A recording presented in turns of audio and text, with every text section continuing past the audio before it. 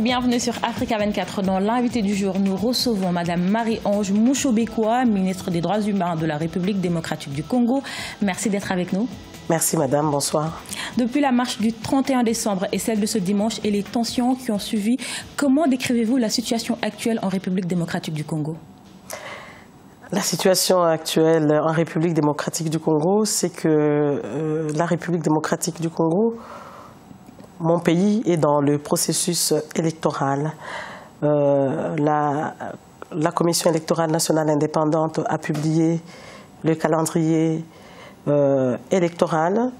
Des élections présidentielles, législatives nationales et provinciales vont se tenir le 23 décembre prochain. La loi électorale a été votée par le Parlement et promulguée par le président de la République. Et pour revenir sur les manifestations réprimées ce dimanche, la MONUSCO parle de 6 morts et 65 blessés. La police en évoque 2. Quel bilan avez-vous? Pour l'instant, on n'a pas le bilan définitif, mais une chose est sûre, c'est qu'il y a eu des morts, il y a eu des blessés. Nous n'avons pas encore les conclusions de toutes les enquêtes à travers tout le territoire. Et les coupables seront-ils poursuivis une fois les conclusions? Je n'ai même pas fini de répondre à la première question.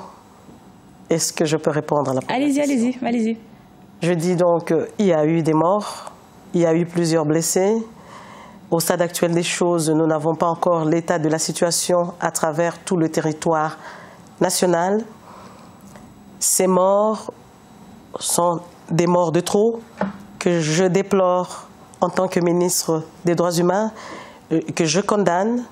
Les forces de l'ordre ont été déployées à travers les communes de Kinshasa pour maintenir et faire respecter l'ordre public.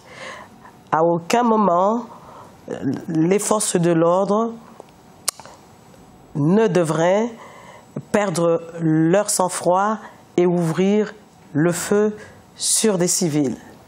Ceux qui se sont rendus coupables de ces actes de violation de droits de l'homme doivent être poursuivis et condamnés par la justice congolaise pour non seulement violation des droits de l'homme, mais parce qu'ils n'ont pas non plus respecté les consignes. Le 16 octobre 2016, la République démocratique du Congo a été élue au Conseil des droits de l'homme des Nations Unies. Mais avec ces manifestations, n'est-ce pas là l'occasion de donner raison aux ONG de défense des droits de l'homme qui ont contesté l'élection de votre pays au sein de ce Conseil? Vous savez, le Conseil des Nations Unies aux droits de l'homme a été créé parce que le monde entier a constaté qu'aucun pays du monde n'est exemplaire en matière de droits de l'homme. Le Conseil des Nations Unies aux droits de l'homme a été mis en place pour accompagner tous les États du monde à améliorer, à protéger et à promouvoir les droits de l'homme. Mais 157 associations congolaises avaient appelé les Nations Unies quand même. Mais il y a des associations congolaises aussi qui ont soutenu notre élection. Là n'est pas le problème. Et si nous avons accepté la coopération avec le Haut Commissariat des Nations Unies aux droits de l'homme, en tant que gouvernement, à travers le Bureau conjoint des Nations Unies aux droits de l'homme qui est basé à Kinshasa, c'est que nous sommes conscients que tout n'est pas rose en matière des droits de l'homme, mais tout n'est pas non plus sombre, madame. Nous acceptons qu'il y a des choses à améliorer, qu'il y a des choses à corriger et que nous allons y arriver à travers la lutte contre l'impunité. Et justement, nous allons, madame, je dois répondre à la question. On a compris. Nous allons, non, je n'ai pas fini. Allez-y. Nous allons y arriver à travers la vulgarisation des droits et des devoirs du citoyen. Parce que pour mieux promouvoir les droits de l'homme, les citoyens congolais doivent prendre conscience de leurs droits, mais également de leurs devoirs. Notamment le droit de manifester. C'est un droit, c'est un droit reconnu par la Constitution. Mais vous interdisez toutes les manifestations en ce moment. C'est un droit reconnu par la Constitution de la République démocratique du Congo, mais dans le respect de l'ordre public, madame. Ceux qui ont organisé la marche, je ne les condamne pas. Je condamne le fait que ces marches ne se soient pas organisées dans le respect des lois de la République démocratique du Congo. Comment comprendre que ceux qui organisent des marches, qui est un droit reconnu par la Constitution de la République démocratique du Congo, et un droit fondamental reconnu par le monde entier, par la Charte des Nations Unies aux droits de l'homme. Mais avec, madame, je n'ai pas fini de répondre. Madame, vous êtes d'accord qu'avec moi que toutes ces manifestations si vous m'avez invité pour répondre à toutes les questions, il n'y a pas de raison que je reste sur le plateau. Je regrette. Je dois répondre à la question que vous m'avez posée. 167 points de départ. Kinshasa, une ville de 12 millions d'habitants. Mais il n'y a pas que Kinshasa. 24 communes. Est-ce que je peux terminer de parler? 24 communes, on ne connaît pas les points de chute.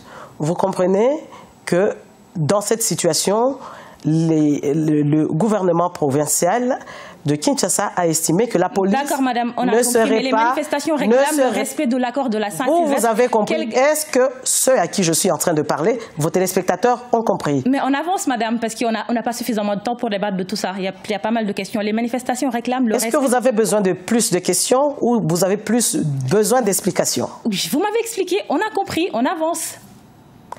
Je disais, les points de chute ne sont pas connus.